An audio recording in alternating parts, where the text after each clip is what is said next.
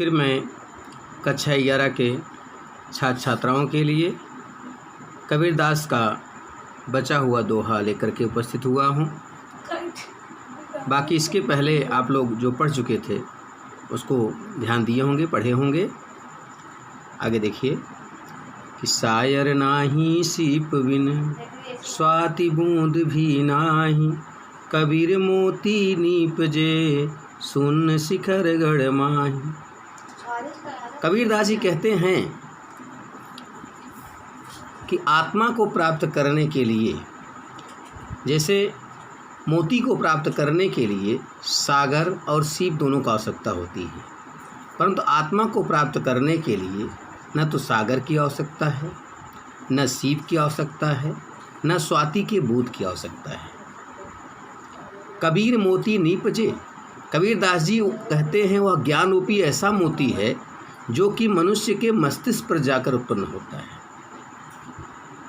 कबीरदास जी कहते हैं कि परमात्मा को प्राप्त करने के लिए न तो सागर की आवश्यकता है, न सीप की आवश्यकता है, न स्वाति के बूंद की आवश्यकता है। तो कबीरदास जी कहते हैं वह ऐसा ज्ञान है जो कि मनुष्य के मस्तिष्क के ऊपर उत्पन्न होता है। आगे देखिए, पाणी ही तय हिम भया, हिम है गया बिलाए, जो कछु था सोई भया, अब कछु कहा न जाए। पाणी ही तय हिम भया, पाणी माने पानी, हिम माने बर्फ। पानी इकट्ठा होता है तो बर्फ बन जाता है। हिम है गया बिलाए, और फिर वही बर्फ जो है गल करके पानी बन जाता है।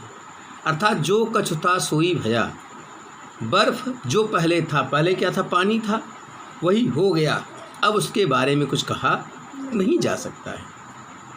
वही चीज़ आत्मा और परमात्मा के बीच में है। पाणी ही ते हिम भया, परमात्मा से आत्मा की उत्पत्ति होती है, परमात्मा से आत्मा की उत्पत्ति होती है, फिर वही आत्मा परमात्मा में जाकर के मिल जाती है। जहाँ से परमात्मा आई थी वहाँ चली गई, अब उसके बारे में कुछ कहा नहीं जा सकता है। फिर आगे, पंखी उड़ानी गगन को, पिंड रहा परदेश, पानी पिया चंच बिन, भूल गया यहूँ देश। पंखी उड़ाने गगन को, पिंड रहा परदेश, पानी पिया चंच बिन, भूल गया यह देश। पंखी उड़ानी गगन को, गगन माने आकाश, पंख माने आत्मा, पिंड माने शरीर, परदेश माने दूसरे देश में, पानी माने पानी, चंच माने चोंच, देश माने अपना देश। तो कबीरदास जी कहते हैं कि पंख उड़ाने गगन को, पिंड रहा परदेश। जब मनुष्य की आत्मा आकाश में उड़ जाती है, चली जाती है, पंख माने आत्मा उड़ करके आकाश में चली जाती है, और ये पिंड माने शरीर यहीं रह जाता है। अर्थात आत्मा चली जाती है शरीर को छोड़ करके, तो शरीर प्रदेश में रह गया।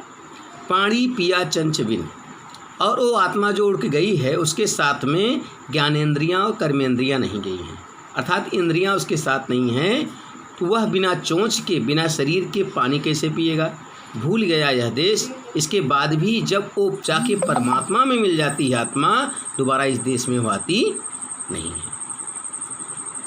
पिंजर प्रेम प्रकाशिया, अंतर भया उजास, मुखी कस्तूरी महमही, बाणी फूटी बास। पिंजर प्रेम प्रकाशिया, अंतर भया उजास, मुखी कस्तूरी महमही, बाणी फूटी बास। कबीरदास जी कहते हैं कि जब आत्मा में ज्ञान आता है, पिंजर प्रेम प्रकाशिया, पिंजड़ा, शरीर क्या है, पिंजड़ा, प्रेम जब प्रकाशित होता है तो आत्मा प्रकाशित हो जाती, शरीर प्रकाशित हो जाता है। मुख कस्तूरी मही, जब अंदर से प्रकाश आता है तो चेहरे पर प्रकाश झलकता हुआ दिखाई देता है। कस्तूरी जैसी सुगंध आती है उसे चेहरे पे प्रकाश चमकता हुआ दिखाई दे, आदि अंदर से प्रकाशित होता है। वाणी फूटी बास, और वाणी से उसकी आवाज़ निकलने लगती है। कबीरदास जी कहते हैं जब हमारा शरीर अंदर से प्रकाशित होता है, आत्मा हमारी प्रकाशमान हो जाती है, मेरे मुंह से अच्छी वाणी निकलती है, और वाणी इतनी अच्छी हो जाती है कि वह कस्तूरी की तरह महकने लगती है, सुगंध आने लगती